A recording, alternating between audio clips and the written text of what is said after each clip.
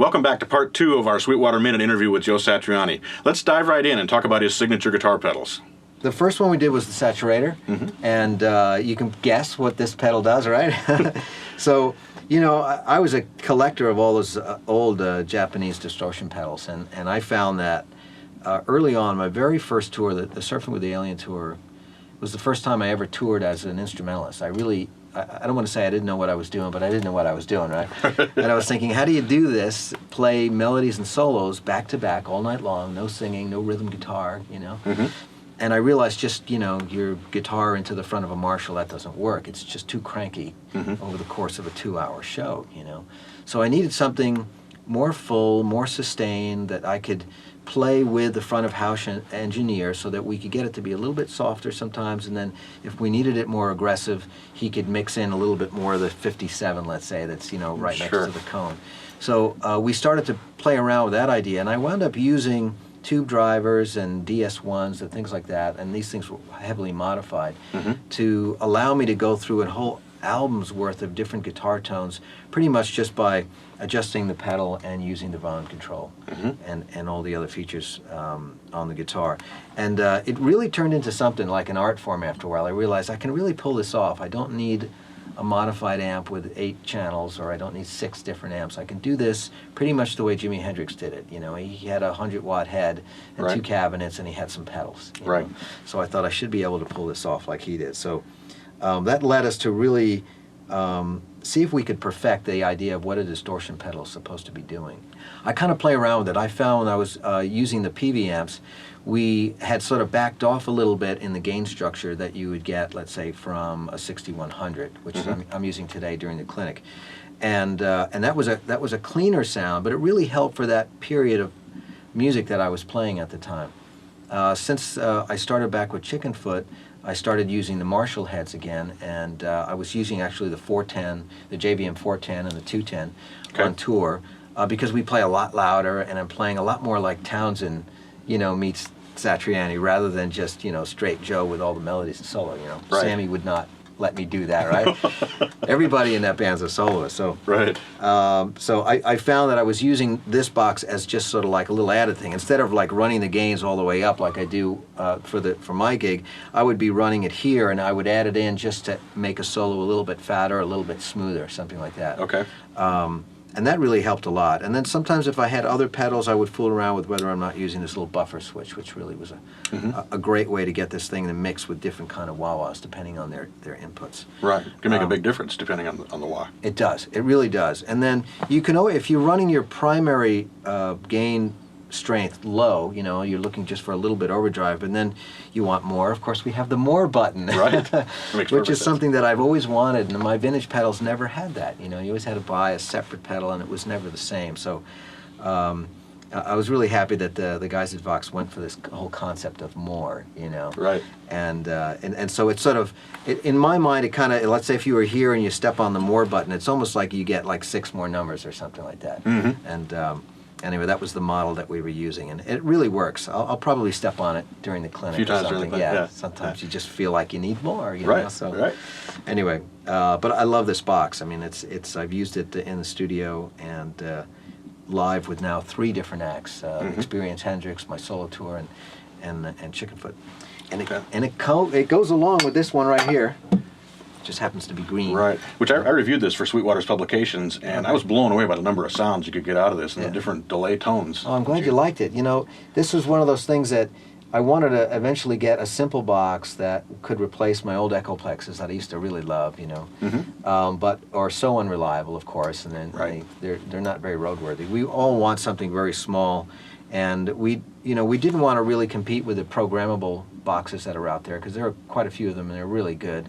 We were going to leave the loopers alone, we're going to leave the programmers alone. We're just going to see if we can take that basic delay pedal and expand upon its features, so you get the kind of things you would use most of the time. So my delays are on most of the time. I'm using one for general ambience, and then I'll have one set up for what you'd call a delay effect. It's either set for time or a general spacey sound or something, just to make something more dramatic.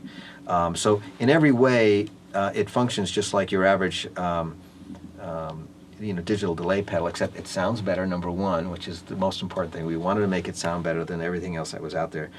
But we added this thing here.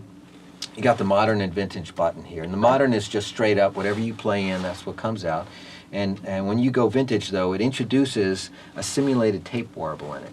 So it's like you've got your favorite gray or black Echoplex running in the background, and every once in a while the tape gives you that shimmer, and you get a light chorus sort of effect when you're playing against it with your straight signal. And then to add to that, you can use the hi-fi, which again is everything that you play into it comes out of the pedal. But if you switch to lo-fi, it shelves a little starting at about 6K, and then on the low end it shelves starting at 60 hertz. So you lose a little low end, you lose a little high end, and this allows the delay level, maybe if you'd like it, to be a little bit louder, but it never gets in the way of the articulation of what you're doing. Right. So it creates more of this warm ambience, but never in your face, with your clicky pick noises or stuff like that. And I think cutting the low end also is a great thing too. So you can leave it on if you're doing a lot of crunchy rhythm tones, but you still want that delay sound. The low end will not build up. Right. So that was the idea behind that. So everything kind of sits back right where you want it, behind the main line that you're playing or the chords. Yeah, I always like playing rhythms with delay, and I learned this when we were making the surfing record, and John Kunaberry, my engineer, was saying, we're going to have all this build-up and these delays, and what can we do? So we wound up making, we would do an aux end, we'd go into these delay units or using tape delay units, and we would just carve the EQ so that, the rhythm is chunky, but the delay that you're getting back would be sculpted exactly the way we wanted it. So we get that effect, that dreamy effect, but none of the EQ buildup. Let's talk about the wah. Yeah. Now this wah-wah answers, a big desire of mine for many years, which is, you can't bring really, it doesn't make sense to plug in like 6 or 7 different wah-wahs, right? Right. Because they just, they're microphonic, they're too heavy, they break down all the time, and of course they rob the sound if you're plugging in all these different pedals.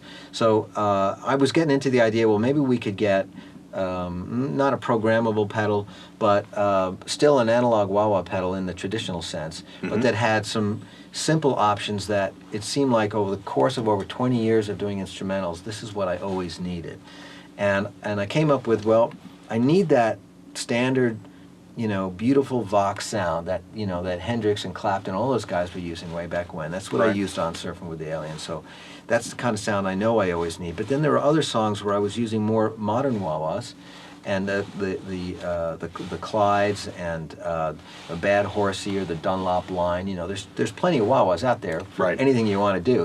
Right. And I thought, well, there are a couple in there that I really like, and maybe we can get them all in here. So we wound up with a wah-wah that's got actually 2 inductors in it.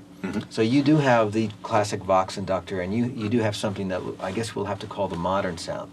Something that works better with super high gain chugging, or soloing. Right. Which is, it's not as wide, and so the frequency sweep is a lot smaller, but let's say maybe there's a bit more of a peak at around 1 to 2K or something like that. So it's a real stinging kind of a wah-wah. Right. And that's just, at a flip of a little button here, you can switch. And then there's 2 sections to the wah. Wah 1, of course, is a straight up wah, and you have access to either inductor. If you go to wah 2, you still have the choice of either inductor, but you can also go into the standard throw, or you can go into a deep throw, which is similar to the old 535 Dunlop, but with some changes so that it doesn't feed back out of control, all the time. So those are things that I modified on my older wah-wahs. And also you have a level control. So when it's at 0, it's basically unity gain, but you've got, I think it's up to something like 11 or 13 dB of extra boost. So very useful if you're playing into a vintage amp that doesn't have a preamp in it, and you're using your effects to drive, So you could set up the wah-wah 1 to be standard Vox, and then when you step on 2, it's the exact same wah-wah pedal, but it's got this boost of 4 dB, 8 dB, whatever it is you're looking for. Right.